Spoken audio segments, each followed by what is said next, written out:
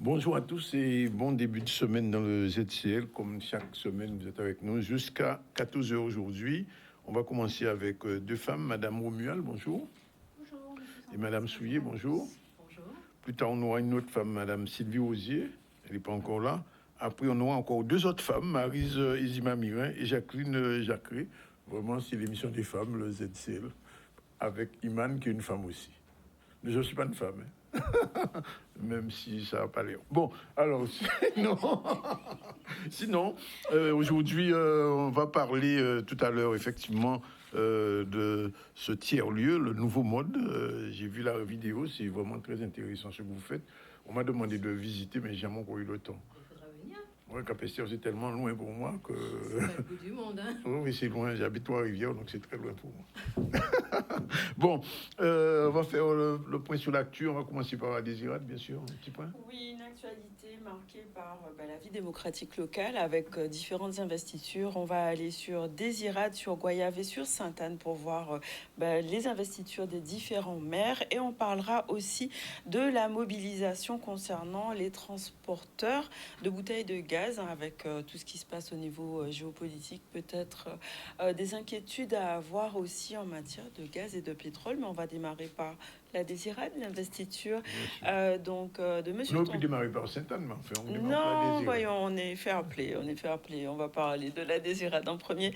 Et donc, une vie politique qui se poursuit avec une nouvelle étape importante, l'investiture de cette nouvelle équipe municipale qui marque le début d'un nouveau cycle de gouvernance pour Lille. Un moment fort, symbolique, officiel, qui fixe les orientations et le programme à venir. On voit un reportage de Solène Fèvre. Déjà sur la campagne qui n'a pas été simple, je dirais comme toutes les campagnes. On dit souvent qu'être en politique, il faut avoir un dos suffisamment large pour pouvoir mener évidemment les affaires, mais je pense qu'avant tout, les campagnes qui ne sont pas forcément faciles, ça n'a pas été facile sur Désirade, mais je retiens tout simplement cette belle victoire, ce témoin de confiance que nous a donné la population désiradienne en nous élisant, en nous portant à la tête de la mairie. Donc je vais tout simplement dire merci à la Désirade et merci à la population désiradienne qui nous a fait confiance à nouveau avec une belle équipe autour de moi. C'est ce que je retiens pour cette nouvelle mandature. Lorsqu'on parle de continuité, on parle de projets déjà budgétisés, des projets déjà chiffrés. Mais évidemment, il y a de beaux projets qui sont en cours, des projets qui mûrissent.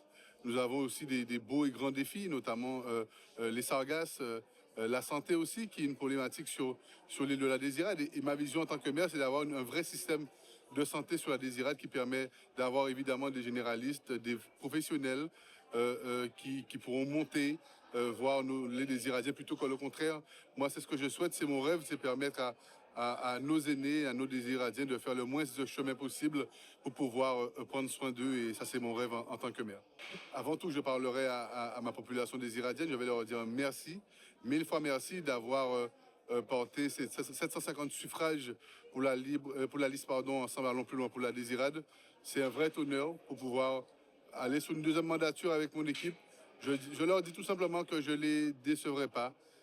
C'est de beaux et grands défis. C'est une mandature. Nous avons plusieurs facteurs externes, je dirais internationaux et également nationaux qui peuvent malheureusement parasiter des mandatures sur la Guadeloupe, le département guadeloupéen. Je leur dis tout simplement que je ferai de mon mieux comme j'ai pu le faire en 2020 et 2026 avec mon équipe. Malgré que l'équipe était amoindrie, on a fait de belles choses. Et là, j'ose vraiment espérer qu'avec une belle équipe comme ça, des personnes, des hommes et des femmes qualifiés, des hommes et des femmes dynamiques, il n'y a aucune raison de ne pas faire de Désirade, je dirais, une continuité très positive par rapport à la mandature 2020-2026. Voilà, merci, ce micro tendu.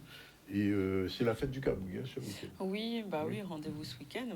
Voilà. Et il y aura du Caribou, la Désirade aussi. l'occasion d'y Donc, aller tu as encore deux plus. occasions d'y aller. Oui. Bien, alors, Madame Romuald, bonjour, merci d'être avec nous. Vous êtes directrice générale en charge de l'accompagnement social de l'insertion au conseil départemental de la Guadeloupe. Vous êtes accompagnée de Madame Béatrice Souillet, qui est la présidente de l'association Nouveau Mode, vice-présidente aussi du réseau des tiers-lieux de la Guadeloupe. Et les tiers-lieux, c'est devenu vraiment ce place to be maintenant, puisque tout le monde a un tiers-lieu, y compris Caribule. Magnifique. Il fallait s'y attendre. Et donc, Madame Romuald, merci encore pour ce travail que vous faites au niveau du conseil départemental pour les tiers-lieux. Alors, expliquez-nous un peu pourquoi le CD, le conseil départemental, soutient et accompagne ces organismes. Bonjour à tous, merci de nous recevoir. Comme je l'ai déjà eu l'occasion de le dire, le conseil départemental a pour mission d'accompagner le retour à l'emploi des allocataires du RSA, en tout cas de faire leur accompagnement socio-professionnel. Et donc, nous essayons d'innover, de trouver des solutions nouvelles. Depuis quelque temps, on soutient le développement des tiers-lieux. Vous savez que les tiers-lieux, ce sont des espaces un peu collaboratifs où on peut vivre des expériences, on peut innover.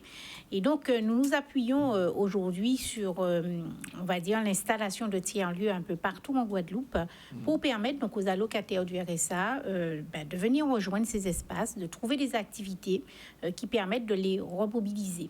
On sait qu'aujourd'hui, ces espaces, il y en a à peu près une quarantaine en Guadeloupe. Le conseil départemental en soutient à peu près une vingtaine, puisque nous avons mis en place des appels à projets. On en est d'ailleurs au 5e aujourd'hui. Et ça nous a permis donc de conventionner une vingtaine de tiers-lieux avec des thématiques différentes. Et donc, ça permet de faire un peu du rééquilibrage parce que les tiers-lieux sont généralement des lieux de proximité. Ce sont des lieux qui appartiennent au champ de l'économie sociale et solidaire. Et donc, à l'intérieur de ces espaces-là, on peut expérimenter, on peut innover, on peut mettre en place des activités autour de la remobilisation, la resocialisation, voire la création d'activités pour des allocataires du RSA. Donc, ça permet une forme de rééquilibrage parce qu'on sait qu'aujourd'hui, la mobilité est un peu compliquée sur notre territoire. Et donc, ça permet donc aux personnes d'avoir des espaces au plus près de leur domicile. Et vous m'avez bien dit, Madame Romuald, je me souviens que le tiers-lieu de Madame Souillet, c'est vraiment extraordinaire. Extraordinaire. D'ailleurs, c'est pour ça qu'on voudrait, dans notre plan de communication et autour des activités, de montrer ces espaces-là, de les faire découvrir. On a choisi de venir aujourd'hui avec Béatrice Souillet, mais j'espère que vous nous laisserez un petit peu de place dans les semaines à venir pour vous présenter au moins 3 ou 4 autres expériences qui sont très intéressantes aussi. Alors, Madame Souillet, merci d'être avec nous. Merci Et déjà, félicitations pour ce que vous faites, parce que j'ai vu la vidéo, vraiment, ça donne envie. Alors, présentez-nous un petit peu le Nouveau Mode. Qu'est-ce que c'est exactement? Alors déjà, je suis rebonjour. Je suis la présidente de l'association Le Nouveau Mode qui fait la promotion du domaine de la mode durable et l'art engagé. Et au sein on a aussi créé un tiers-lieu qui s'appelle l'Admiran, qui se trouve à Île-et-Pérou, à Capesterre-Belo. C'est au fond le Capesterre-Belo, bien c'est. Non, c'est juste, c'est pas très loin de la route. On va dire que c'est l'avant-bourg de Capesterre. On est juste au niveau du rond-point de la Cassavrie, un peu en avant. Ah, d'accord. Au niveau juste après le rond-point d'Île-et-Pérou. Et on monte sur la droite. On voit c'est écrit Admirante. L'Admiran. D'accord. Voilà. Voilà. Et au sein de ce tiers-lieu, on a différentes activités. Toutes nos actions sont basées sur l'économie circulaire au travers les secteurs de la mode et de l'art engagé. On a des activités diverses et variées. Ça peut être du numérique, l'IA, de l'upcycling, donc du surcyclage, du réemploi. On a aussi, depuis octobre 2025, inauguré un nouvel espace au tiers-lieu qui s'appelle la Galerie du Nouveau Mode, qui nous permet de mettre en lumière les artistes engagés qu'il y a sur le territoire. D'accord. Et j'ai envie de vous dire, c'est presque une petite usine, là. Hein. Oui. Et je parlerai aussi du PTCE, parce que notre association est un nouveau PTCE aussi. Oui. Alors, combien de personnes fonctionnent avec vous dans ce tiers-lieu? Alors, il y a les bénévoles, il y a des stagiaires, il y a des personnes qui viennent aussi au tiers-lieu pour des immersions professionnelles. On a des prestataires, et puis je crois que j'ai fait... Et puis toutes les personnes qui ont envie de venir au tiers-lieu. Oui. Et l'idée même de ce tiers-lieu, vous est venue comment? Alors, ça fait des années que je travaille dans le secteur de la mode. Et je Ah, me vous êtes suis- dans la mode, en plus. À l'origine, c'était de la culture. J'ai travaillé pour une autre commune de celle où je suis actuellement.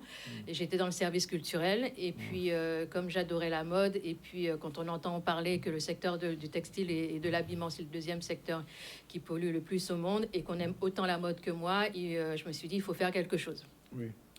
Donc j'avais l'idée aussi de créer cet espace qui est un espace de travail créatif et collaboratif. Voilà. Et vous avez répondu à un appel au projet, c'est comme ça que ça a commencé. Exactement, qu'a lancé le conseil départemental, auquel j'ai répondu. Et puis voilà, grâce à cette subvention, on a pu donc payer les premières machines, agencer le tiers-lieu, et aussi en partenariat avec la ville de Capesterre, que je n'oublie pas. D'accord. Mais alors, les productions du tiers-lieu, qu'est-ce que vous en faites? Comment ça se commercialise? Qu'est-ce qui se passe? Alors, notre objectif premier n'était pas forcément de commercialiser nos produits. Au début, c'était sensibiliser. Oui. D'accord. Tout le monde ne savait pas ce que c'était l'upcycling, donc il a fallu qu'on sensibilise aux gestes Alors, moi, je ne éco-responsables. sais pas, alors expliquez-moi ce que c'est. Donc le surcyclage, alors le mot upcycling vient de l'anglais, Bien sûr. mais la signification française, c'est le surcyclage. Oui, c'est Prendre de l'ancien pour faire du beau. Donc on va récupérer des anciens l'économie vêtements. circulaire, quoi. Oui, c'est tout à fait ça, c'est l'économie circulaire. Oui, Et ça fonctionne bien? ça fonctionne très bien puisqu'on a participé à la Fashion Week de Guyane, à la Slow Fashion de Marseille. On a aussi participé à un événement qui s'appelle le Top Model Europe Caraïbes.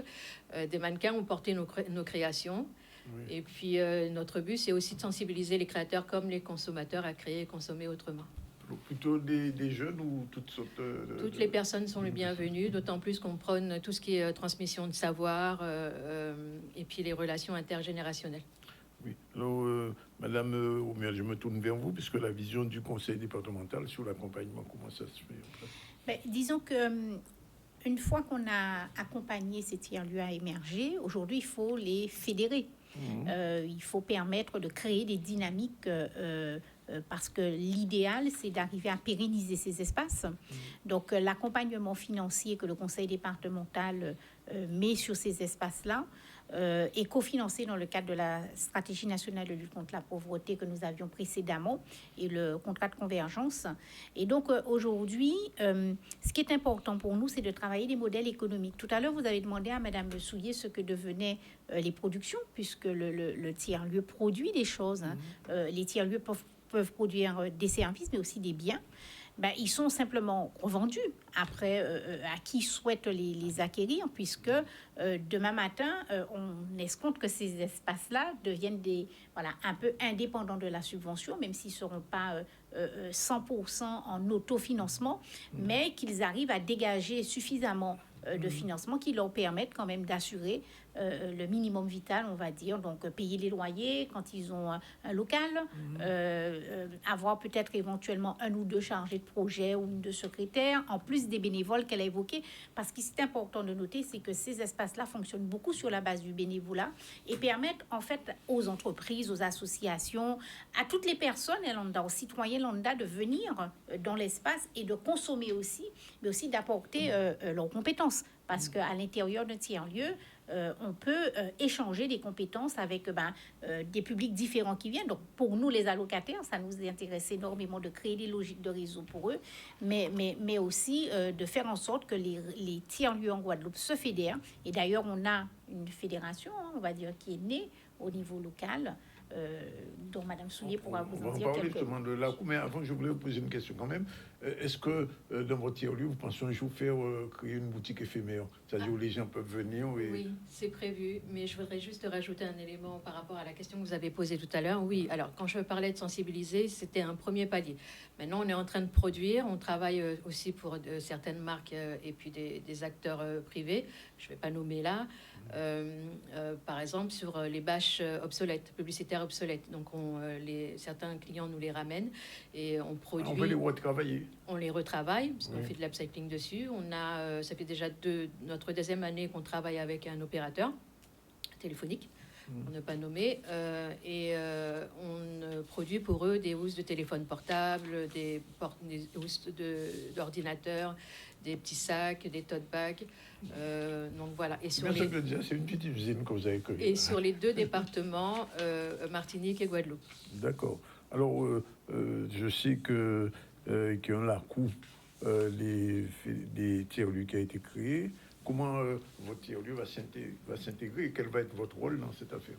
Alors, pour le coup, le réseau des tiers-lieux s'appelle l'ACO Guadeloupe.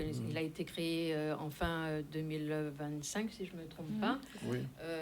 Et puis, je suis la vice-présidente de l'ACO Guadeloupe. Il y a monsieur Steve Palmier, qui est le président. Il doit venir bientôt ici, d'ailleurs. Ah ben, très bien. Oui. Et moi, je suis la vice-présidente. Alors, le but de cette fédération, c'est aussi de fédérer un peu tous les acteurs, les porteurs de projets tiers-lieux, qui sont dans les tiers-lieux, et puis mutualiser les ressources aussi. Et puis, comme on dit, plus on est nombreux et mieux c'est. C'est quoi l'expression? Ensemble, on va plus loin. Oui. Mutualiser les ressources et puis développer des compétences et des connaissances pour tous les tiers-lieux. Et puis monter tous en compétences. Oui, j'imagine. Mais alors, à ce niveau-là, bon, ça devient, bon, je disais tout à l'heure pour rigoler, c'était une usine, mais en fait, ça devient progressivement, comme dit Mme Romuald, une petite structure, une petite entreprise. Vous parlez de Oui. tiers-lieux? Oui. Oui, parce qu'en fait, alors, pour le coup, on aimerait bien créer aussi une école alternative. Oui. Qui serait basée autant sur, pas forcément la course au diplôme, mais plus les compétences transversales. Et puis aller sur des produits, quand je parle de mode éco-responsable et durable, aller sur des thématiques comme peut-être valoriser déjà les déchets textiles, le sargasse, les produits qui viennent de la terre, les plantes. On va travailler aussi avec le docteur Henri Joseph, parce qu'il est déjà en train de travailler sur la teinture végétale. Ah oui, sur le bleu. Pas que le bleu, Pas que le bleu. Il y a dernièrement, il nous maintenant. a ramené toute une palette et les artistes aussi vont pouvoir travailler avec lui sur de la peinture naturelle. Oui. Donc voilà, on est sur des beaux projets avec le docteur. Vous avez un beau process en tout cas. Alors, Madame Romuald, avant qu'on se quitte, il faut nous dire un petit peu, bon, vous avez expliqué pourquoi il faut les accompagner, mais cet exemple-là, ça devient pratiquement ce tiers-lieu devient un exemple pour les autres de la Guadeloupe, finalement. Oui, ça devient un exemple, mais aussi ce qu'il faut dire, c'est que le nouveau mode est devenu PTCE, c'est-à-dire Pôle territorial de compétitivité économique. En fait, il faut voir l'opportunité, puis surtout le développement que ça entraîne derrière, parce que dans les pôles, dans les PTCE, comme on les appelle, ce sont des structures qui généralement sont là pour stimuler un peu l'économie. Vous voyez bien qu'il y a du développement de l'emploi derrière. Visiblement, derrière, il y a beaucoup de choses qui se font là. Voilà, donc ces PTCE ont pour objectif vraiment donc de développer l'attractivité du territoire, de structurer les filières. Là, on voit bien que d'une petite idée, on est parti sur du recyclage, eh bien, on arrive déjà à créer une filière avec des vêtements qui, demain matin, on pourra avoir des marques qui sortent, on pourra avoir, comme elle l'a dit avec Henri Joseph, un travail sur la coloration des tissus. Donc, c'est remettre en fait, à travers ces espaces-là, des expérimentations qui permettent peut-être soit de créer des filières, soit de relancer des filières, parce que teindre des vêtements, on a su le faire à une époque en Guadeloupe. L'indigo, ben voilà, tout le monde en connaît l'histoire, mais il n'y a pas que l'indigo. Il y a d'autres plantes, tintoréales, c'est ça, qui permettent... Quelle autre couleur en dehors de l'indigo qui peut... Alors, il y a le roucou, il sûr. nous a montré l'hibiscus aussi. Le curcuma aussi, je crois. Le curcuma avec la couleur Oui, jaune. oui. Ouais. Il y a d'autres couleurs, je sais pas les... Et ça va de plus en plus aller utiliser. Mais alors, quelqu'un qui vous regarde en ce moment, puisqu'on parlait de vêtements recyclés, qu'est-ce qu'on peut leur dire? De venir déjà visiter le tiers-lieu. Oui, Et puis, s'il a envie de créer, c'est le lieu idéal. d'accord. Ou expérimenter aussi. Oui, expérimenter, oui. On Il y a suffisamment expérimente de place beaucoup dans les maintenant. Il y a énormément de place. Parce que comme vous n'êtes pas assis dans l'émission, vous allez avoir une grosse demande maintenant. Ah bah, on est là pour ça, pour accueillir toute la Guadeloupe. C'est un accès à tout le monde. D'ailleurs, notre slogan pour la Galerie du Nouveau Mode, c'est l'art et la culture pour tous. L'art et la culture pour tous. Ouais. Bravo. En tout cas, merci d'être venu. Un dernier mot peut-être, Madame Oui, alors Romuald. dire que, voilà, Nous, l'objectif du conseil départemental aujourd'hui, c'est vraiment d'accompagner la mise en visibilité. Donc, ce qu'on fait là aujourd'hui avec le tiers-lieu L'Admirane, on va le faire avec les autres, puisque chaque tiers-lieu a un peu sa dynamique. Et vous avez évoqué tout à l'heure celui de Caribule. On souhaite aussi que Caribule devienne un peu à l'exemple de ce que l'Admirane est en train de faire sur l'upcycling dans les ICC, que ça devienne un tiers-lieu de référence à l'intérieur duquel on va pouvoir innover, on va pouvoir expérimenter, où ça peut être vraiment un carrefour où différentes personnes se croisent et créent ensemble, et on crée des liens, on crée de la synergie.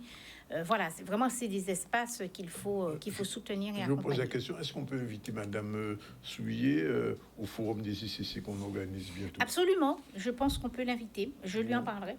Vous n'avez pas encore parlé de ça, non? Ah non. Non, alors, dans le cadre du Festival Caribule, on organise un forum des ICC, des industries culturelles créatives. Ah ben, on est en plein dedans. Et des gens comme vous qui êtes dans la pratique quotidienne, etc., c'est tout indiqué pour être là. Alors, ce sera le 24, je crois.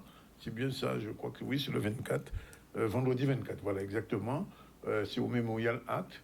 Et on sera ravis de vous accueillir, mais surtout pour le témoignage, parce qu'il y aura des gens qui viendront, des RSA, mais pas que, des étudiants aussi, et montrer un petit peu ce que vous faites et comment vous le faites. Ça va nous intéresser. Voilà. Ben, c'est très bien, merci beaucoup pour l'invitation. Mais j'ai eu l'occasion d'accompagner des terminales au lycée Chevalier Saint-Georges pour la préparation de leur épreuve. C'était sur l'upcycling aussi. Bon, tout est dit. Vous penserez à mettre le petit podcast qu'on vous a Oui, alors, envoyé Daniel, on a une visio. Oui, allez, on diffuse ce petit podcast.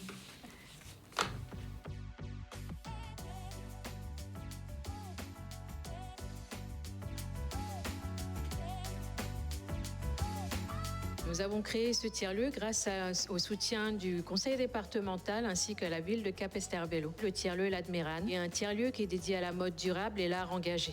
Ici, on est à la galerie qui s'appelle la Galerie du Nouveau Mode. On a des ateliers couture, le réemploi, tout ce qui est peinture, infographie, numérique. Il m'a paru opportun d'apporter toutes mes connaissances et mon expérience au service de l'Admirane, raison pour laquelle j'ai rejoint cette association dans laquelle je pratique des réparations des ordinateurs, la préparation du réseau, la cybersécurité. On travaille aussi sur des ateliers intelligence artificielle et on a aussi un groupe d'ateliers parcours d'insertion sur la création d'activités qui s'appelle Sécuriser son activité professionnelle en Guadeloupe. Nous avons lancé au début de février notre premier API, donc notre atelier parcours d'insertion, en partenariat avec le conseil départemental, également l'antenne du sud de Basse-Terre, de pouvoir lancer donc cet atelier sur la commune de Capesterre. Le tiers-lieu L'Admirane nous met à disposition donc cet espace pour pouvoir accompagner les porteurs de projets à la création d'entreprises. Avant d'arriver à l'Admirane, j'avais quelques lacunes au niveau patronage. Donc j'ai le bac pro, mais je faisais que de la série. Je ne savais que faire de la série, donc il me manquait encore des compétences et des connaissances pour pouvoir justement avoir ma petite entreprise. Et le tiers-lieu m'a accueilli et m'a appris aussi le upcycling. Donc c'est-à-dire avec le vieux, on fait du neuf. Nous sommes aussi un tout nouveau PTCE, un pôle territorial de coopération économique, axé sur la valorisation des déchets textiles et le regroupement des acteurs de l'économie circulaire. Voilà. Bon, c'était très bon comme on le pensait. Bien, avant de partir, on va voir un petit peu ce qui s'est passé à Goyave. Oui, investiture à Goyave. Donc, l'heure était toujours à cette installation de nouvelle équipe municipale, une étape qui est toujours essentielle pour les projets à venir. On voit un reportage de Vianney Valverde. Les 100 premiers jours sont importants pour une collectivité. Donc, nous, avec notre majorité, on va lancer les États généraux de Goyave. Ça va nous permettre de confirmer ce que nous venons de dire. C'est que nous mettons au travail 29 conseillers municipaux, mais également un ensemble de réseaux d'acteurs au bénéfice de Goyave. Donc on va développer notre programme qui était constitué de 5 piliers, mais également, avec les résultats des États généraux, aller à la rencontre des Goyaviens et régler les problèmes du quotidien de Goyave. Donc il y a forcément une restructuration de l'administration communale, leur donner les moyens d'exercer leur métier au bénéfice de tous les Goyaviens, des 7640 Goyaviens, on l'a dit pendant toute la campagne. Mais aujourd'hui, c'est l'ère du travail qui commence, donc nous devons travailler pour tous les Goyaviens et pour ça, il faut mettre tout le monde au travail. C'est que chaque acteur compte, chaque Goyavien qui a une idée, qui a un projet, doit se sentir porté et accompagné par la municipalité. C'est ce que nous voulons faire. Bien entendu, nous ferons un audit, puisque la sincérité budgétaire se gère avec la Chambre régionale des comptes. A priori, quand un maire a fait 18 ans de mandat, il y aura forcément ce qu'on appelle un contrôle de gestion qui devrait arriver, qui va permettre de vérifier un certain nombre de situations. J'ai déjà des créanciers qui m'ont appelé pour des sommes assez importantes. Donc, il faut voir. La trésorerie de Goyave, effectivement, est importante, mais c'est pas la trésorerie, c'est pas la bonne gestion. La bonne gestion, c'est de la capacité de la commune à dégager ce qu'on appelle de l'autofinancement.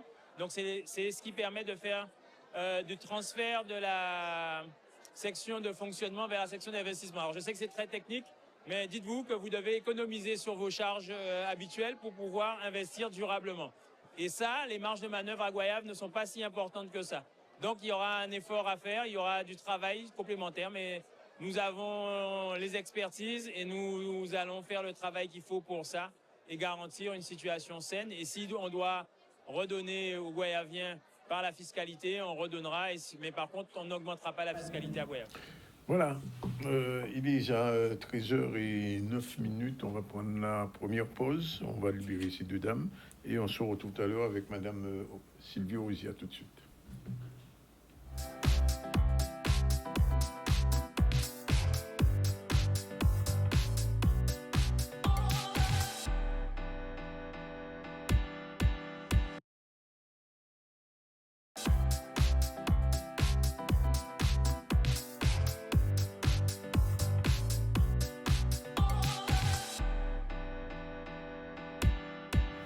Voilà, c'est des 13h et quelques minutes, 17 minutes. On va reprendre. Dans un instant, on va recevoir Sylvie Osier. Je rappelle quand même qu'aujourd'hui devait se dérouler l'élection du président de Cap Excellence, qui a été reportée parce qu'il y a eu un recours par rapport à des irrégularités et on ne sait pas ce que ça va donner. Je rappelle aussi que hier, parce que j'étais là à Saint-Claude, c'était l'investiture du maire de Saint-Claude, M. Minacci, comme je l'appelais, il a bien rigolé, le maire du Matouba. Et mais oui, tu connais pas Saint-Claude, donc tu ne vas pas comprendre ce que ça veut dire. Je vais t'expliquer ça un jour. D'accord. Et hier à Saint-Claude, les gens me disent, monsieur Antonis, oui, je suis le maire de Matouba, etc. Et en plus, j'avais dit à la fin de l'émission, quand j'ai reçu les gens de Saint-Claude, je leur ai dit, en fonction du gagnant de la commune, de la mairie, je viens me réinstaller à Saint-Claude. Alors, hier, quand je suis arrivé, ensemble, une dame me dit, monsieur, on est un appartement à 4 pièces là. Ça vous intéresse. Donc, comme j'ai grandi à Saint-Claude, alors là, je suis... Mais je sais pas, au moins 5 personnes différentes m'ont dit ça. Elles m'ont dit, vous avez dit qu'on venait habiter à Saint-Claude. Donc, on vous attend à Saint-Claude. Bon, je vais quitter Trois-Rivières, je vais retourner à Saint-Claude. Bien. On fait un petit retour sur les investitures et tu vas donner l'investiture d'une commune que tu adores. Enfin, où je suis, on a parlé des investitures parce que c'est la période justement pour les équipes de s'installer. On a parlé de la Désirade de Goyave. On va aller à Sainte-Anne parce que aussi les élus ont été officiellement investis. Donc, un moment clé pour la commune. Il y avait beaucoup de gens. Oui, mais il y avait beaucoup de gens qui attendaient puisque jusque loin, il fallait prendre des places pour pouvoir accéder à cette investiture. Donc, beaucoup de gens se sont mobilisés. Ton ami Diana Perrin a failli traverser, comme on dit. Oui, voilà. On voit un reportage de Michel de Pape. C'est une campagne très enrichissante. Il y a eu des bas et des hauts, des fois houleuses.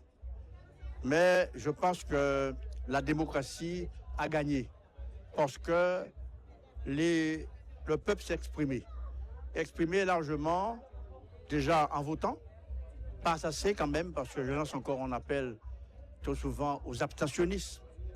On n'a pas fait assez de voix exprimées, mais toujours est-il que les 3747 voix porté sur le Rassemblement démocratique saint-anais, que je remercie parce que c'est une très belle victoire dans les conditions que nous avons subies. Par conséquent, je félicite encore mes collègues, adjoints au maire, conseillers municipaux, l'adversaire et les opposants. Toute cette belle équipe que nous devons travailler maintenant pour la ville de Sainte-Anne. Maintenant, la fête, nous sommes dans la fête, mais demain, c'est le travail. Nous avons un travail, nous avons du pain sur la planche et je compte compter sur tout le monde, mais aussi de la population. Je suis le maire de tous les Sainte-Annais. Thomas Sainte-Anne, c'était l'investiture de Franck Baptiste, qui c'est un candidat investi par le GUSR. Donc il était tout à fait normal que je puisse être là pour célébrer ce moment. Et puis c'était un moment très appréciable. On a pu entendre le discours de monsieur le maire, très émouvant. Et puis j'ai vu lors de la remise des médailles beaucoup de gestes très, très significatifs et très porteurs. La remise de l'écharpe pour Aldo, pour Christian Baptiste, par Franck Baptiste, pour Diana Perrin. Bon, la démocratie s'est exprimée. Aujourd'hui, ce qui est important, c'est que tous les Sainte-Annais puissent se rassembler, travailler ensemble pour Sainte-Anne et travailler ensemble pour la Guadeloupe. L'élection finie, pas de division, je suis pour l'unité. D'ailleurs, mon mouvement politique, c'est Rassemblement démocratique Sainte-Annais. La liste qu'ils ont votée pour lui, pour cette liste-là, c'est Rassemblement démocratique Sainte-Annais. Donc, par conséquent, nous sommes dans l'unité. Alors, je suis heureux, évidemment, avec l'ensemble de l'équipe et qui nous permettra d'aller plus loin pour Sainte-Anne. Vive Sainte-Anne! Oui, moi, c'est notre amie aussi, Olivia. Oui, tout à fait. Oui, je l'ai vu. Bon, alors, comme d'habitude, on va retrouver Madame Rosier qu'on n'a pas vue depuis un mois, c'est ça? Non, c'est pas vu la semaine dernière seulement. Ah, ça, ah oui, c'était comme c'était son anniversaire, donc elle avait disparu pour une semaine. On la retrouve bien. Générique, et puis on parle tout à l'heure des talents qui stagnent et le coût invisible pour les entreprises. C'est parti.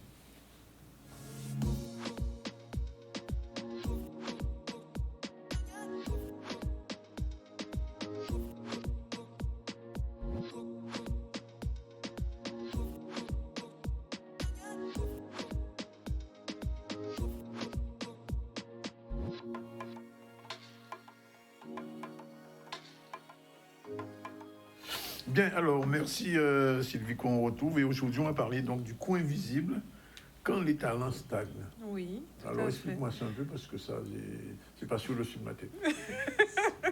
En fait, souvent, les entreprises ont du mal à investir dans l'évolution professionnelle de leurs employés. Souvent par peur de les faire monter en compétences et qu'ils s'en aillent. Du coup, utiliser ces compétences ailleurs. Oui. Mais le fait de ne pas travailler sur leur évolution professionnelle, ça coûte tout aussi cher à l'entreprise. Parce que ça a un impact invisible la plupart du temps sur le comportement ou les résultats que peut obtenir l'entreprise par rapport au rendement de leurs équipes. Alors, quel est le premier coût de l'invisible? Le désengagement. Le premier coût, parce que du coup, les personnes, au bout d'un moment, elles se lassent. Surtout si elles sont au même poste et à faire les mêmes tâches.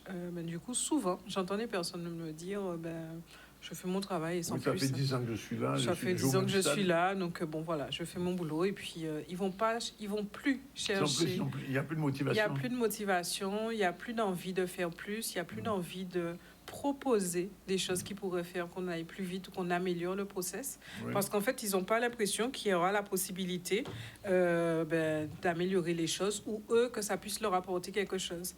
Et puis, je regardais des études où j'ai vu que dans les études, il y a plusieurs études qui ressortent des chiffres où ils mettent qu'en France, donc on va s'englober dedans puisqu'on y fait partie de la France, il n'y a que 7 à 8%.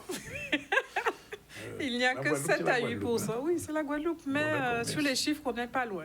Oui. On n'a que 7 à 8% de personnes qui se disent vraiment engagées au travail. Ah bon, combien? 7 à 8%. Seulement des gens engagés? C'est rien du tout, oui. Et c'est là qu'on voit qu'il y a vraiment, quelque chose à faire. Oui, c'est très compliqué quand on voit les chiffres.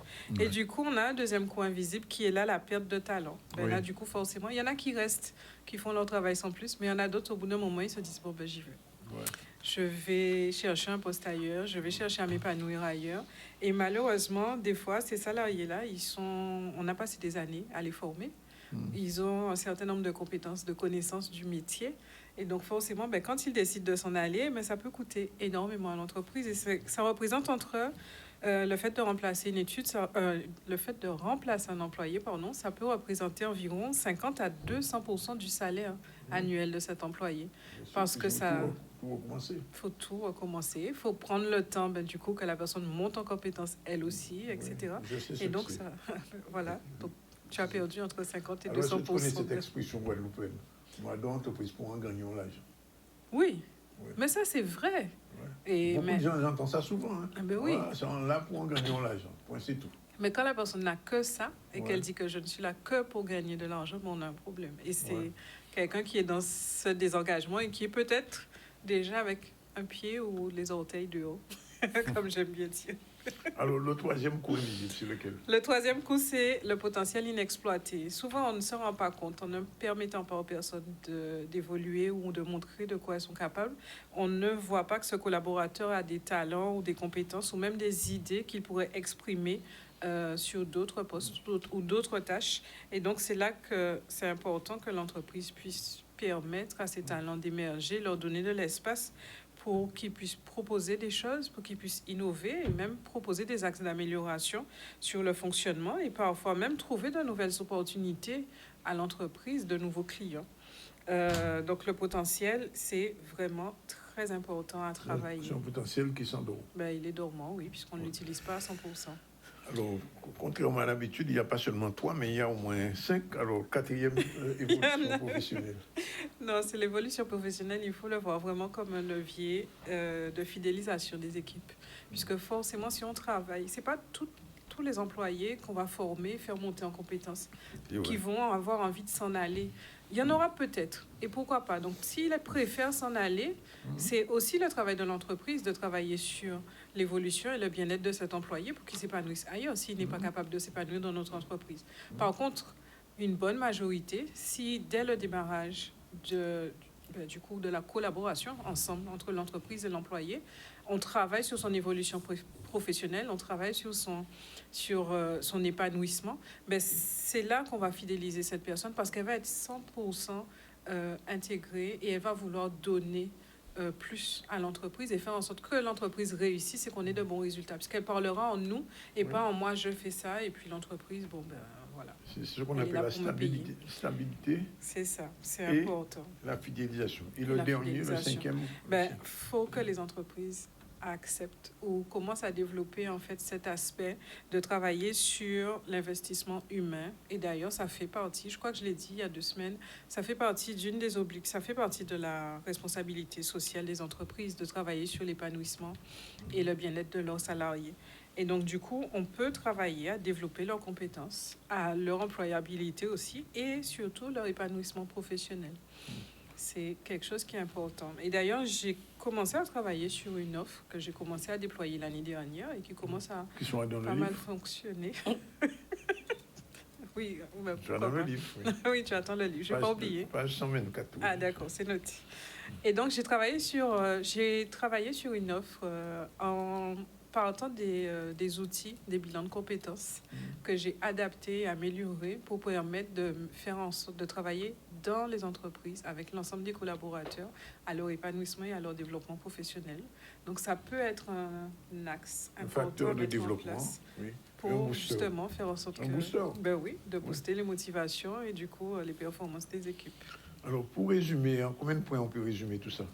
En combien de points? Oui. En un seul. Tu en voulais 3? Oui, allez, on prend 3. Alors, il y a le désengagement.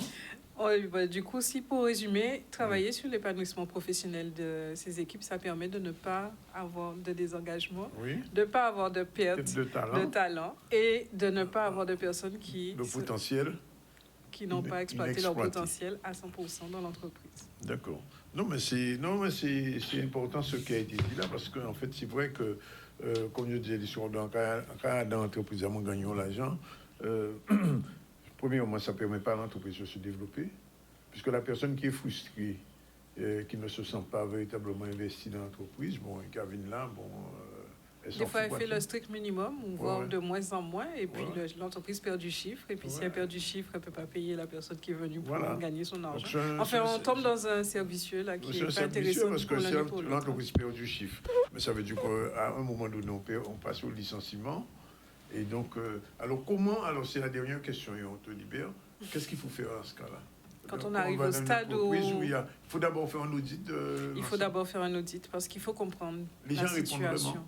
Oui, mais je ne prends pas, on fait d'abord de façon individuelle pour libérer la parole complètement, parce que si je mets tout le monde dans la salle, tu comprends bien que ça ne va pas forcément être 100% sincère, même si j'ai des techniques des fois pour les faire parler quand même, mais il vaut mieux commencer par un audit et prendre chaque personne individuellement, comprendre ses problématiques, ses attendus, et puis après travailler ensemble avec plusieurs étapes, et ça peut prendre, en fonction de la situation, quelques semaines ou quelques mois, ou peut-être même une bonne année. Mais les managers, les responsables d'entreprise comprennent ça maintenant? Ça commence à venir. Je ne vais pas dire à 100%, mais ça commence à venir. Donc, je continue à marteler mon message. Si vous écoutez maintenant, regardez votre entreprise et testez un petit peu vos salariés, savoir est-ce que vraiment ils sont motivés toujours ou est-ce qu'ils ont besoin d'un boostage. C'est ça. Le mot n'existe pas, mais c'est peut-être... On va l'inventer dans le livre. On va l'inventer. Mais en tout cas, merci, c'est important. Et on se retrouve lundi prochain. Il n'y a pas d'anniversaire lundi prochain, non? Non, c'est pas tous les lundis quand même. Pas tous les lundis, bon. C'est tout le mois, normalement. C'est tout le mois, voilà. Mais le mois se termine demain, donc... c'est tous les mois maintenant? C'est tout le mois. Mon anniversaire. Mon anniversaire maintenant. C'est pas un jour. Je crois que c'est toi qui as inventé le concept, non? Il me semble. Bien. Il est 13h29. Dans un instant, on va recevoir Galiam Bruno-Henri, Maryse Izima-Mirin et Jacqueline Jacquerie. On va parler d'un sujet un petit peu particulier, c'est le retour des racines ancestrales africaines. C'est la question, est-ce qu'il faut le faire? Est-ce que c'est nécessaire? Madame Izima-Mirin vit depuis quelques années entre Guadeloupe et le Bénin. Monsieur Galiam, lui, a choisi le Burkina Faso.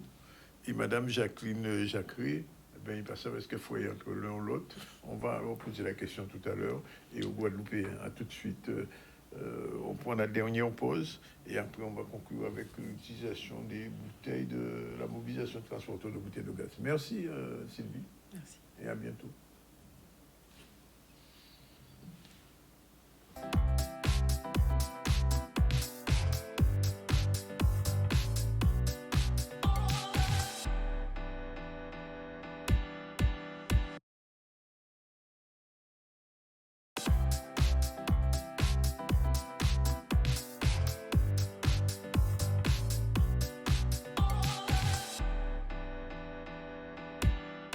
Voilà, il est déjà 13h39. Pendant les 20 prochaines minutes, nous allons parler de l'Afrique, le retour nécessaire ou pas nécessaire dans les terres ancestrales.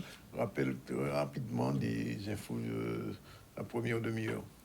Oui, on a parlé essentiellement des différentes investitures qui ont eu lieu donc à la Désirade, à Goyave et à Sainte-Anne. Il nous reste un sujet sur la mobilisation concernant les transporteurs de bouteilles de gaz, mais on reviendra sur ça tout à l'heure. On va en parler tout à l'heure. Alors, on reçoit, je l'ai dit, Galiam Bruno-Henri, bonjour. Maryse Izima-Mirin, c'est une habituée maintenant, elle a un forfait. elle est plus souvent ici que moi. Oh, t'exagères quand même. Ah, j'ai exagéré. Bon, ben non, j'enlève. Ah, oui, c'est autour de ma place. Et Jacqueline Jacques, qu'on n'a pas vu depuis longtemps. Bonjour Jacqueline. Bonjour Daniel, bonjour Ayman, bonjour Monica Gardez-ZCL. Pourquoi on les a fait venir? Parce que depuis longtemps, avec Maryse, on parle du Bénin souvent. Et l'autre jour, on a eu Galiam Bruno-Henri, qui est acteur, réalisateur guadeloupéen, qui a choisi, lui, le Burkina Faso. Et il y a de plus en plus... Et d'ailleurs, Jacqueline est allée au Bénin récemment. Au Burkina. Et au Burkina aussi. Au Burkina. J'ai fait tout. Bon. Alors donc, c'était le moment, mais non, c'était le moment de réunir tous ces gens-là et de s'adresser aux Guadeloupéens, leur dire exactement pourquoi vous avez fait ces voyages, pourquoi c'est nécessaire et qu'est-ce que ça peut apporter à un Guadeloupéen. Mais avant, il y a une petite actualité quand même, c'est l'actualité sur l'ONU qui a pris une résolution sur l'esclavage. Et on a vu que, bien sûr, les nations occidentales, les États-Unis, Israël, bien évidemment, l'Argentine n'ont pas voté.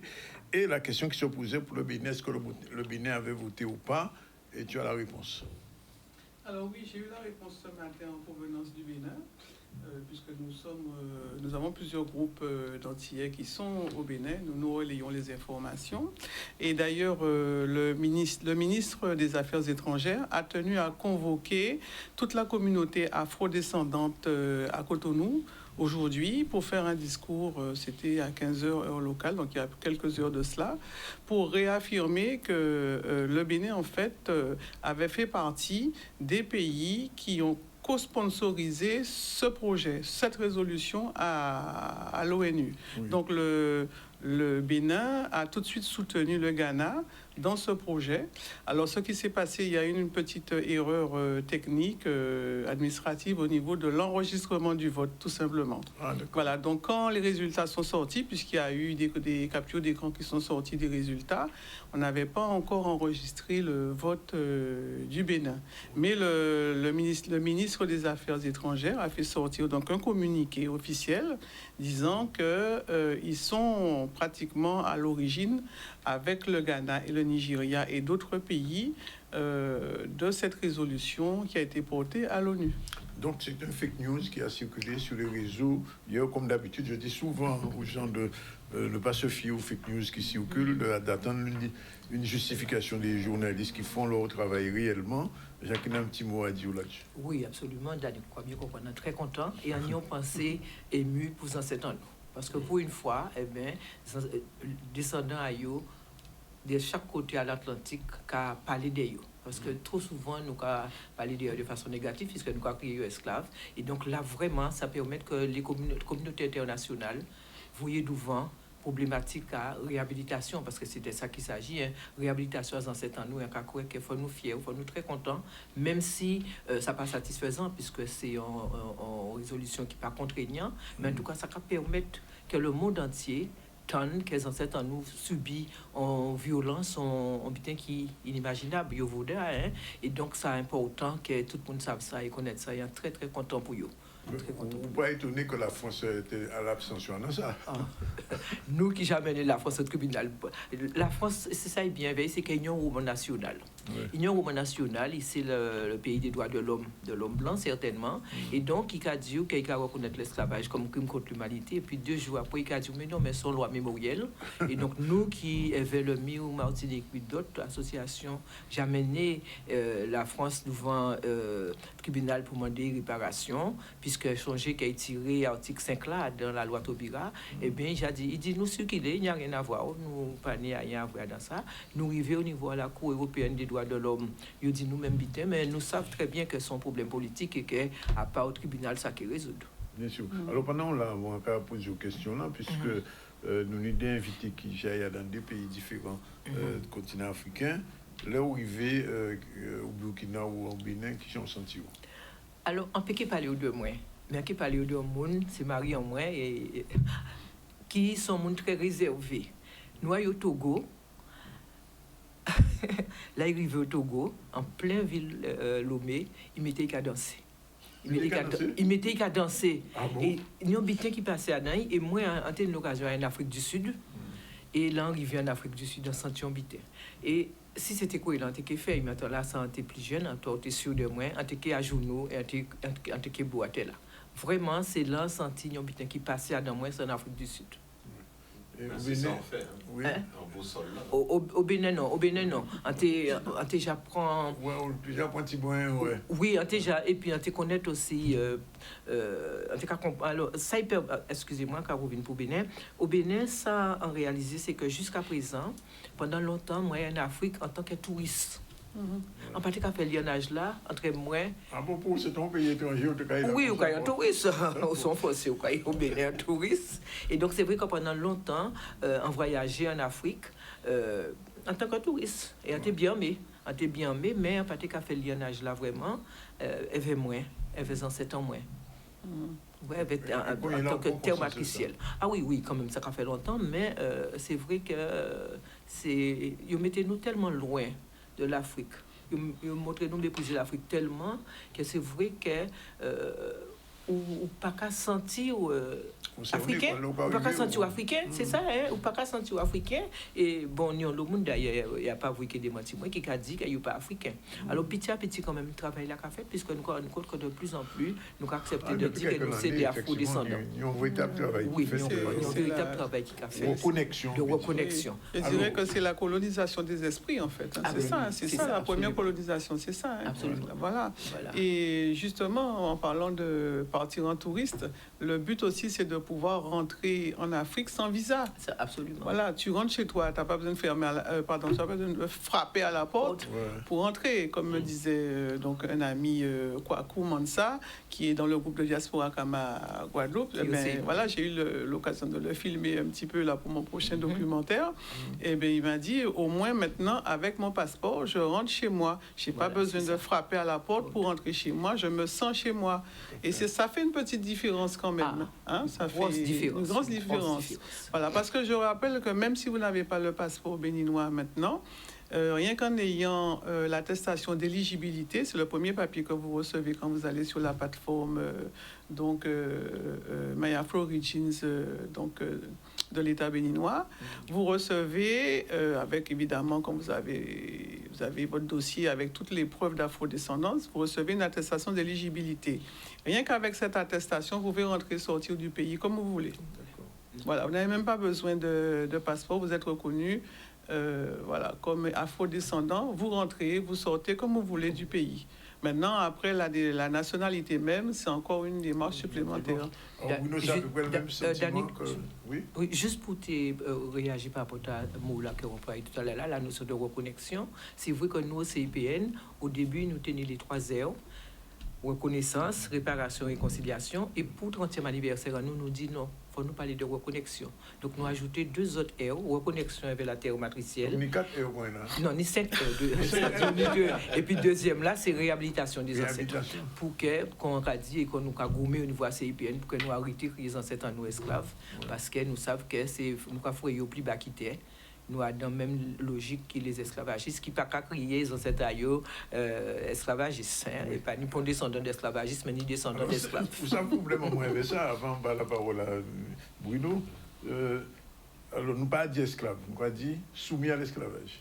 Nous pas dit réduit en esclavage. Réduit à l'esclavage. Mais terme-là, même esclavage, qui sont pas fait, il faut nous choisir aussi. Eh bien, nous pas dit yovoda. Yovoda, non, à esclavage. Parce que oui, on peut dire aussi nos ancêtres déportés, tout simplement. Nos ancêtres déportés. Oui, aussi. Parce que là, on va dire réduire en esclavage ou toujours dans terminologie esclavagiste. Donc, c'est ça. Bon, alors, Bruno, je disais justement, je posais la question. Ce qu'elle disait sur l'émotion de son mari lors de son voyage au Togo, est-ce que on en parlait sol là. Les m'ont arrivé au Burkina, premier bit à m'en fait, c'est mon beau sol là. Et m'ont dit grand c'est moi on a senti moins bien ici donc tu vois. Et c'était magique quoi, tu vois. Et tu sais après j'ai rencontré aussi des Guadeloupéens qui m'ont dit ouais je suis pas africain. J'ai même rencontré des Marocains, non on n'est pas africain, tu vois. Je dis tu vois. Et après en fait moi j'aime bien laisser de la liberté à chacun de, parce que je pense qu'il y a un cheminement qui doit se faire déjà intérieurement. Tu comprends ce que je veux dire? Parce qu'au début c'est comme tu annonces une nouvelle à quelqu'un et puis va y avoir une certaine réticence, mais après il y a un cheminement qui se fait. Et en plus je pense qu'avec tout ce qui se passe en ce moment en termes d'actualité et de dénigrement des Noirs en hexagone et tout, je pense qu'il y a... Au maire de Saint-Denis. C'est juste... c'est abject. Et je sais pas s'il y a des mots plus forts que ça, mais il y a un immondice qui est en train de s'abattre, mais pas que sur lui. Et du coup, tu te rends compte que là, tu sais, moi, je suis né en France, mais je suis guadeloupéen, mais tu te rends compte que... Et moi, quand je disais ça à des amis français, ils me disaient mais non pas toi, parce que je trouvais que en fait ça prouve qu'il y avait quelque chose qui était hypocrite quoi. Tu comprends? Et là il y a quelque chose qui c'est une espèce de boîte de Pandore qui s'est ouvert sur justement où les gens n'ont plus peur de montrer leur racisme. Heureusement c'est pas tout le monde, hein. Heureusement qu'il y a des gens qui s'insurgent contre tout ça, mais malgré tout. Et là, tu te dis, mais est-ce que je suis bien chez moi, quoi? Tu vois, tu te demandes, est-ce qu'on est chez nous, quoi? Ou alors, c'est quand tu ramènes une coupe, ou tu es champion du monde, ou quand tu ramènes, là tu es français, mais dès que tu es maire ou tu as un poste important et tout ça, on te ramène à une identité issue d'eux. Et c'est là que c'est terrifiant, tu comprends? Et c'est ce qui me fait me dire qu'il y a encore du chemin, à faire. Il y a encore énormément de chemin. Et je trouve qu'il ne faut pas se comporter comme l'autre en face se comporte. Il ne faut pas rentrer dans la même agressivité. Et c'est là l'intelligence du maire de Saint-Denis, c'est Bakayoko, c'est ça, je crois. Et, c'est ça. Et je trouve que ce mec, il a la classe, quoi. Il a du répondant et il reste calme. Moi, je ne sais pas si j'aurais pu rester aussi calme, ça, franchement. Je ne sais pas. Moi, me connaissant, j'ai le feu à l'intérieur. Mais quand je vois ce monsieur, c'est une leçon de vie, quoi. Tu vois? Et on devrait prendre exemple sur ce monsieur. Tu comprends? Même pour répondre à l'agressivité, on devrait pouvoir le faire. Tu comprends? Parce que ça donnerait du grain à moudre à ceux qui sont contre nous, quoi. Et je pense que voilà, c'est la classe. Alors, je vous dis ça, pourquoi je tenais à faire une petite intervention. On a pris comme thématique le retour vers la terre des ancêtres. Alors, il y a des gens qui nous regardent en Guadeloupe, des gens qui nous regardent en France, même aussi au-delà, en Afrique, puisqu'on a maintenant des gens qui nous regardent dans certains pays africains. Alors, moi, la question que je voulais vous poser à tous les trois, quel est le message que vous avez envie de faire passer à des Guadeloupéens aujourd'hui qui disaient, moi, pas africain, pas rien, il fait un bala, etc. Qu'est-ce que vous avez envie de leur dire aujourd'hui? Toi, tu as fait le Bénin, toi, le Burkina. Les deux, plus moi, rien à faire. Du Sud, un cas, raconter tout à l'heure. On tient anecdote. C'est ça? Qu'est-ce que vous avez envie de leur dire? Alors, juste... Et elle est allée en Égypte. Et juste, moi, en Égypte aussi. Juste pour dire déjà, par rapport à ça, Bruno dit là, tout à l'heure, là, nous quand rester en Guadeloupe. Monsieur Petit à Saint-François, nous voyons assez les réseaux qui j'en suis là, prend lié avec les amis blancs, il prend déclaration d'intention à Périan, et qui j'ai eu torché au réveil, en pays en nous. Donc c'est vraiment un racisme décomplexé. D'ailleurs, monsieur, comme ça, faut vous y aller normalement. Mais on ne peut pas inquiéter au dernier travail là qui est fait. Oui, et donc ça, moi, ça envie de dire par rapport à ça, c'est qu'effectivement, on ne pas changer qui me dit ça, on pied bois qui panne, on monde qui panne racine, on pied bois qui panne racine et qui dit bout qui a bigidi et d'ailleurs madame qui nous a Léna Blou qui a bien dit nous ça, nous avons bigidi permanent, nous pas fait pour Adam bigidi ou fait pour Adam bien camper un pays et c'est vrai que ça qui est important, faut les Guadeloupéens comprendre que le fait que on dit aux Africains ça ne va pas empêcher Guadeloupéens d'être là nous avons crié compatriotes nos Indiens, nous avons crié aux Indiens, nous sommes bien pas fait en aide, mais c'est des Indiens et c'est Obama qui t'a dit ça, c'est d'abord ça qu'on représenter là on regarder il a bien vrai que sont africains et donc les Syriens que nous avons crié ici nous sommes bien qu'ils pas fait en Syrie, ils fait ici et donc c'est ça, mais aussi il faut nous bien comprendre que son travail qui fait parce que ou pas voulez que ça quand tirer francité ou quoi dire sur du africain il peut que ça tire francité et aussi le fait que sur du ou africain ça qu'a supposé que reconnaître que dans cet a souffert qu'il faut parler de réparation, faut parler d'un certain nombre d'habitants et il veut pas ça, il veut que nous rester tête en nous baisser sur du africain aussi, ça veut dire qu'il y a une histoire qui avant l'esclavage aussi, et c'est les frères Racine qui te dit nous ça, le grand bonnet qui dit nous, mais avant l'esclavage, tenir l'Égypte, tenir l'Empire du Mali, tenir tout en série d'habitants et il pas voulu que vous connaissiez l'histoire là ça, parce que l'histoire là ça a fait dehors, on nomme en forme de bout. On a changé moi là moi en Égypte, là on voit le Sphinx, anti j'avais assez livre mais là on voit le Sphinx en Égypte et ça ses ancêtres ont fait ça mais on va sortir là comme ça la tête à haut. On va marcher comme ça, on passe à oui mais nous et nous t'ai une chance de ter en Égypte vers au Motunde qui montre que nous musée nubien là quoi vrai tout mais là c'est négo gel qu'on a dit et il a coupé né à ces gens pour pas vrai que c'était des africains, c'était des nègres et ça faut on croit que les jours que nous comprendre ça nous qui plus fort et nous qui moins honte nous. Maryse, alors Oui, quand dit au Guadeloupe. Non, mais elle a déjà tout dit. Parce que l'éveil de conscience, notre éveil de conscience, ça passe par la reconnexion. Et effectivement, dans 7 ans, nous, c'était aussi des résistants. C'est-à-dire que, bon, faut pas nous parler aussi forcément de l'esclavage, comme si dirait que, bon, voilà, nous, c'est nous. Au contraire, si nous, là, c'est que c'est ça, ben, il y a goumé pour y être du bout. Donc, l'enracinement, l'ancrage, on va chercher la force aussi. On va chercher cette force qui a permis à nos ancêtres de se battre aussi pour leur liberté. Et ils se sont battus pour nous, pour que nous justement, nous soyons des survivants. En fait, on dit toujours, nous sommes le rêve de nos ancêtres. OK? Donc, quand ils étaient arrivés pour nous. Voilà. Donc, en fait, c'est cette fierté aussi qu'il faut aller chercher. Il faut aller chercher l'estime de soi, la confiance en soi. Absolument. Et l'éveil des consciences, c'est pas que l'éveil des consciences des Guadeloupéens. C'est l'éveil de conscience des Occidentaux. C'est l'éveil de conscience aussi des Africains. Parce que quand tu arrives aussi là-bas, eux-mêmes, parfois, ils ne sont pas conscients de ce qui se passe dans la tête des afro-descendants qui viennent. Pourquoi ils viennent? À quoi sert cette reconnexion? Il y a tout un travail à faire. Hein. Donc, moi, je m'en suis rendu compte et puis j'ai proposé aussi de faire un travail là-dessus. J'espère que la prochaine fois que je repars au Bénin, ça sera pour travailler sur ce genre de thème-là. Voilà, donc, comme Galia me disait, eh bien, si les Français sont dans un racisme décomplexé maintenant, c'est parce qu'eux-mêmes aussi, ils sont atteints par cette colonisation des esprits. Donc, il faut décoloniser tous les esprits de tout le monde, en fait. Donc, c'est un travail. Et c'est vrai que c'est bien que, comme tu dis, que le père de Saint-Denis reste calme, parce que lui, peut-être qu'il a déjà compris tout ça. Voilà, et puis, il faut rester dans l'ouverture. Oui, bien sûr. Oui. Non, mais j'ajoute quelque chose qu'on ne dit pas assez souvent. Le peuple guadeloupéen, d'origine africaine. Bon, on imagine un peu ce qui s'est passé il y a 3 siècles et demi, près de 4 siècles maintenant. Les Africains qui arrivent ici, ils n'ont pas ni rien. Pratiquement, ils sont tout unis. Ils arrivent à créer une langue. Ils arrivent à créer une musique qui est là, qui va rien. Ah oui, non, mais partout dans le monde. Non, mais c'est incroyable. Et en plus, je dis ça avec beaucoup d'émotion, ils arrivent à garder, sans quoi que merci l'habitude, c'est-à-dire des traditions guadeloupéennes.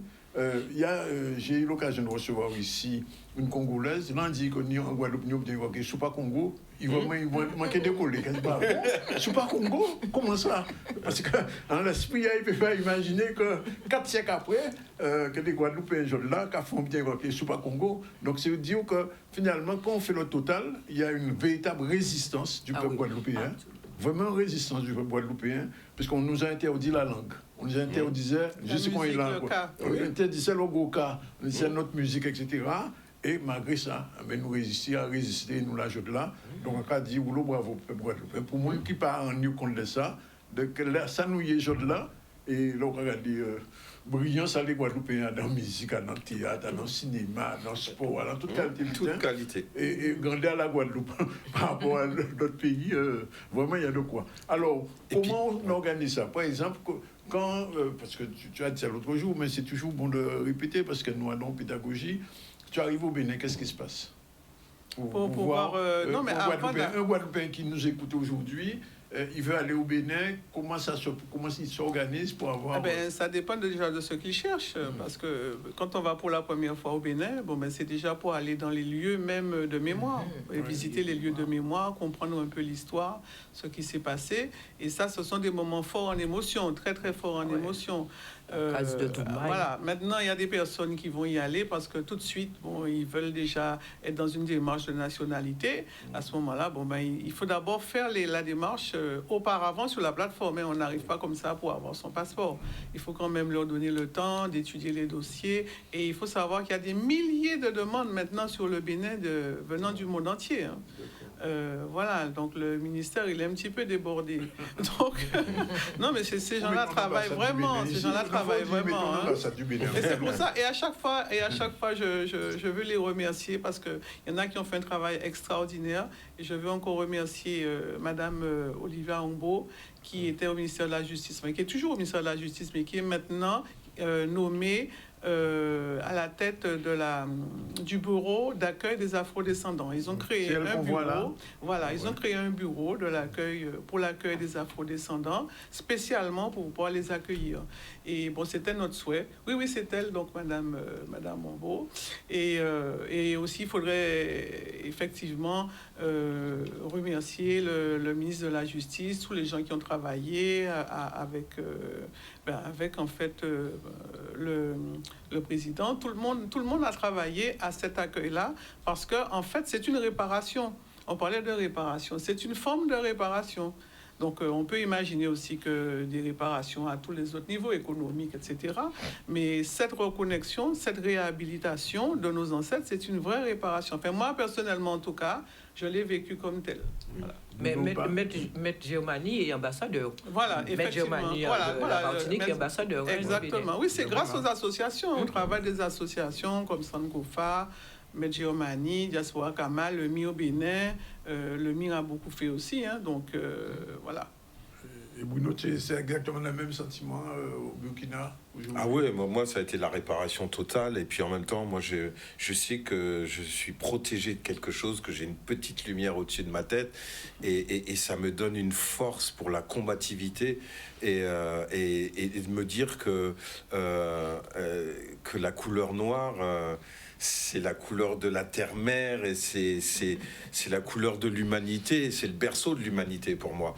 Après, je veux pas non plus rentrer trop dans un truc Black Power. En même temps, oui, parce qu'il est temps d'avoir la reconnaissance. Non, j'ai dit, mais il faut pas exclure, parce que pour moi, il faut pas exclure les autres humains qui sont avec nous et qui partagent notre combat, quoi, parce qu'il y en a, heureusement qu'il y en a, quoi. Et tout à l'heure, on parlait de musique et tout, et je voulais rajouter qu'aussi, au niveau de la nourriture, c'est qu'ici, il y a tous les plats du pauvre qui sont devenus des plats d'excellence, comme les dombrés, tout ça, tu vois. Et je trouve que c'est ça aussi, c'est que les choses d'avant, ce qu'ils mangeaient du temps de... Oui, les queues de cochon et tout, c'est devenu des mets, voilà, et moi, je trouve ça assez magique, quoi. Human, avant qu'on termine, deux petits mots quand même. Tu es allé en Égypte X fois. Te souviens du premier voyage? La profonde reconnexion à la terre, oui, il se passe quelque chose en fait. Quand on va en Égypte, bon, moi je suis allée aussi au Maroc, mais je ne l'ai pas ressenti en Tunisie, et je n'ai pas ressenti la même énergie, la même vibration, la même reconnexion. C'est un peuple, l'Égypte, ils sont très fiers, et souvent, moi, quand je vais là-bas, on me prend pour une Nubienne, parce que voilà, typée, voilà, et que souvent on me parle en arabe. Non, je parle pas arabe, 2-3 mots, mais pas suffisamment en tout cas, mais oui, il y a quelque chose qui se passe en fait quand on va là-bas, ça c'est clair. Deux petits mots quand même, sur ton film Ancrage, je t'ai posé la question l'autre jour, et comme Jacques et Simone Bastet, mais ça va venir. On a bien vu qu'un film là nous voyait à Bastet. Voilà. Mais il était passé au Lamentin, je vous fais remarquer, pour le fait bien. Ça va venir. C'est-à-dire que là, on n'a pas eu le temps d'organiser, mais ça va. De toute façon, Galiam va revenir. Ah oui, bien sûr. Donc, on va organiser ça. Et puis, qu'allais-je dire? Mais le film Ancrage, j'invite vraiment tout le monde à venir le voir. Moi, j'ai des amis expats british qui sont là. Je leur ai dit, venez voir, parce que en fait, les gens, que ce soit de l'Hexagone ou de l'Occident, ne s'imaginent pas ce qui peut se passer dans la tête des afrodescendants. Ils n'imaginent pas la blessure émotionnelle transgénérationnelle que nous portons. Et je pense que c'est bien, justement, quand on parle de décoloniser les esprits, et puis sortir du paradigme racial qu'on nous a imposé, que pour les histoires de noirs, de blancs, de machin. Moi, je suis déjà sorti de ça, hein. Il n'y a pas de... Ah oui, c'est un noir. Non, mais je suis... C'est ça, ce sont des définitions coloniales. Il faut qu'on sorte de ces paradigmes. Je ne sais pas comment, mais en tout cas, il faut qu'on en sorte. Comme tu disais, un être humain, c'est un être humain. À la rigueur, on peut dire je suis d'origine de tel pays, mais je ne me définis pas comme noir. Mais ça a été vraiment le terreau, cette racialisation de ce système esclavagiste économique. Parce qu'il faut voir aussi que la France n'a pas signé, n'a pas adhéré, parce qu'elle a peur des répercussions économiques. Mais oui, quand il va falloir commencer à réparer financièrement, qui va payer? Des milliards et des milliards et des milliards. Oui, un dernier mot. Oui, juste pour dire, Danick, et reconnexion avec l'Afrique, intéressant, parce que ça permet que ni des monnaies, et notamment moi, pendant longtemps, nous comprenons de cas senti que bon, la religion catholique a peut-être pas été tout à fait pour nous. Parce que quand même, c'est un pape qui dit que nous pas tenir nom. Et donc, pendant longtemps, nous étions en vadrouille, nous disions comme ça par rapport à la spiritualité là. Et c'est vrai que là, on a choqué avec l'Afrique, et bien, on a approprié la spiritualité africaine là. Et c'est vrai que ça a participé aussi à le fait qu'on a senti plus de bout parce qu'ils savent qu'on est en spiritualité, ou savent qu'on peut retourner vers les ancêtres, et Bruno t'a dit ça. Et c'est vrai que ça a baron force. Ah oui, la connexion avec les ancêtres. On fait toutes, on n'a pas tellement aimé ça. Pourquoi en Afrique? Pourquoi en Afrique? Pourquoi au Bénin ou au Burkina Faso, parce que là, on va venir en Guadeloupe, dans la Caraïbe, on va venir en Guadeloupe, en Martinique, etc. Donc, il faut rectifier Thibouin et ça, parce que son langage colonial aussi, l'Afrique. Oui, il faut. La terre-mère. La France-Afrique. Je suis la France-Afrique. La terre des ancêtres. La terre des ancêtres ou le pays des ancêtres. La terre matricielle. En tout cas, c'est vrai qu'il faut décoloniser. Il faut décoloniser. Tous ces mots-là, c'est il faut que ça commence dès la naissance. Dès que les enfants, tu vois, au début de l'éducation, c'est là qu'il faut que ça commence. Tu comprends? Les petits-enfants, moi, quand montrer ça, petit, c'est là pour nous travailler. Mais ça progresse. Par exemple, quand on parle maintenant de spiritualité vaudoune, le Bénin a fait beaucoup aussi avec les Vaudou Days. C'est aussi pour décoloniser aussi cette vision de la spiritualité africaine et qui nous relie à nos ancêtres. Moi, je suis vraiment sur les ancêtres depuis que je suis partie au Bénin en 2019, parce qu'avant, j'étais plutôt sur la Côte d'Ivoire. Et c'est pour ça, justement, je reviens toujours à mon... J'allais te poser la question. Voilà.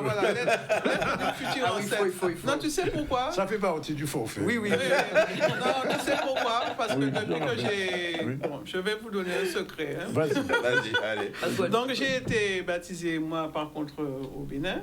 Et le nom que j'ai reçu, en fait, la traduction, c'est la gloire, c'est gloire des ancêtres. Oui. J'ai été baptisé de ce nom et je me suis posé la question à partir de là, pourquoi j'ai reçu ce nom? Par la suite, quand j'ai écrit ce livre, je te dis franchement, c'est comme si c'était les ancêtres qui me dirigeaient pour écrire ce livre.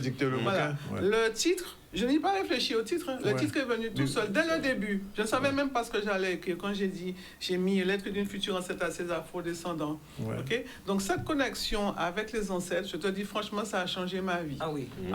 Alors là, franchement...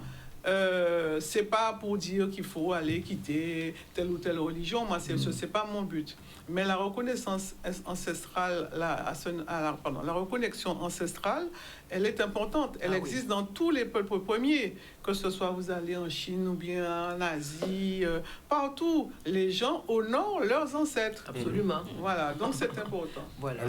Et je termine juste pour dire que je serai, puisque c'est beaucoup dans le forfait, de venir me rencontrer à Cultural le 11 avril. Non, c'est important parce que je peux rencontrer les gens, discuter avec eux, ça fait une tribune libre, les gens s'asseyent et on discute. Voilà, le 11 avril à 14h. La dernière remarque qu'on me l'a faite hier à Saint-Claude, il n'y a pas en Guadeloupe que des afro-descendants.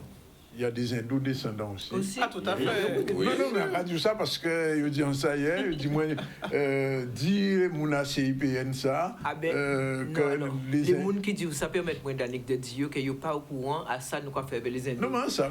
Non, mais c'est l'occasion ça souvent. Non, mais justement parce que hier nous étions à 6 sites à Fondal, à 6 sites à Duval, à Petit Canal, pour Timoun, et bien à 6 sites là, et Bruno qui faut a découpé ça, ni Fondal là, mais ni aussi ma bataillon là. Absolument. On travaille avec les frères des amis de l'Inde, assis, nous conscients que la Guadeloupe, nous avons un certain nombre de composants. Les Kalinabo. Mais nous avons un projet vers Méricanal de mettre sans poula là, assis, site là aussi, de façon à ce que nous... Comme il y a une commission là, il faut rapprocher de en tout cas, ton forfait n'est pas terminé, donc on te reverra avant ton départ. C'est toujours bien. Non, mais bienvenue. Non, mais arrête de rigoler, mais de depuis temps là, connaître Marie, ils ont même ça. Combien de temps ça a fait nous connaître? Oh, ça fait longtemps. Hein, quand tu démarrais avec Caribule, avec la bande dessinée, nous-mêmes, on a été les premiers avec Jeanne Romana à faire le premier magazine pour enfants. Je me souviens ça. Et donc, ton film, je ne l'ai pas encore vu malheureusement, mais il peut mais mercredi 1er avril. Hein? Oui, après-demain. Oui, mais c'est à Gosier, c'est tout près. C'est à Gosier cette fois-ci. Oui, c'est à Gosier. Il fait mercredi soir. C'est à quelle heure? Du Gosier à 19h. 19h à la médiathèque, mais il faut retenir sa place d'avance. Alors, il vaut mieux, mais sinon, tu arrives tôt et puis c'est tout. Oui, c'est gratuit. Mais tu arrives tôt et puis voilà. D'accord. De toute façon, il y aura toujours une place pour toi. Oui. Pas rien prévu pour CIPN ces jours-là, ça, non? Oui, je dis que nous avons fait en conférence le 10 avril, au CGOS à Bastet. Petite conférence là. C'est ça qu'a dit. Le poids des mots dans le processus de déshumanisation. Donc, de l'esclave à l'ancêtre africain réduit en esclavage, le poids des mots dans le processus de déshumanisation. Le 10 avril au CGOS. Au CGOS, mais c'est à Bastia, ça? Oui, c'est à Bastia, mais nous faisons aussi petit bout dans un petit local avec des jeunes. Nous, à local là, c'est la Kouka, mais nous avons l'occasion de rouvrir. Bien, merci. Welcome. Donc, continue ton forfait, il n'y a pas de problème. Bon, alors, depuis ce matin... Je dois revenir parce que... Ton forfait n'est pas épuisé. Non, mais c'est pour autre chose. Je suis toujours sur la gestion du stress. Je suis formatrice en gestion du stress. Donc, tous les ans, je propose des ateliers gratuits. Et là, il y aura aussi un atelier gratuit bientôt à la médiathèque du Gosier. Donc, renseignez-vous. Préparation anti-stress à l'examen et au concours. On vient, je fais un petit atelier, une petite conférence avec la médiathèque pour tous ceux qui préparent les examens, Guadeloupe, les jeunes, les vieux, voilà. Welcome. Bien, alors, ce matin, ce midi, on a reçu Catherine Romuald, directrice générale adjointe en charge de l'accompagnement social de l'insertion. Pourquoi? Parce qu'elle est venue avec une dame qui s'appelle Madame Béatrice Souillet, qui est présidente de l'association Le Nouveau Mode. Et cette dame-là, elle a ce qu'on appelle un tiers-lieu, puisque quand elle a, c'est ça qui est le mode, le tiers-lieu. Et elle fait des choses extraordinaires à Capestère, là, aucun état arrive ça. Sincèrement, non, sérieux, ça vaut le déplacement. Sylvie Rosier, notre chroniqueuse du lundi, nous a expliqué comment dans les entreprises, les talents stagnent et le coût entreprise pour l'entreprise. C'est-à-dire que quand, dans une entreprise, les salariés ne sont pas valorisés, à un moment donné, ils viennent juste pour gagner l'argent, mais ils ne font rien pour faire avancer l'entreprise. Et ça, Sylvie, elle est coach d'entreprise et elle fait ce qu'on appelle un boostage chaque semaine. Et puis avec Galiam, Bruno Henry, Marie Zizima et Jacqueline, on a fait un petit tour sur notre pays des ancêtres. Voilà. Burkina Faso, Bénin, où j'ai en Afrique du Sud. Oui, Afrique du Sud, l'Égypte. Oui, l'Égypte aussi. L'Égypte à la mode quand même. Depuis Omotunde était venu, vraiment, vous voyez l'Égypte. Et Jolo a fait des voyages en Égypte chaque année aussi. Voilà. Après, moi, j'étais au Congo, au Sénégal, en Côte d'Ivoire, en Ouganda. On est bien accueillis. J'ai fait beaucoup de pays africains, pas que le Burkina. C'est un plaisir. Voilà. Tu veux un petit rappel rapide? On a parlé de la vie démocratique locale avec les différentes investitures, donc Désirade, Goyave et Sainte-Anne. On n'a pas pu parler de la mobilisation des transporteurs de gaz, mais on reviendra sur ce sujet ce soir. Voilà, on se retrouve demain à 12h30 pour une autre édition du ZCL. Merci d'être avec nous aussi souvent et aussi nombreux. Ciao, bye bye. Merci, Daniel. Merci.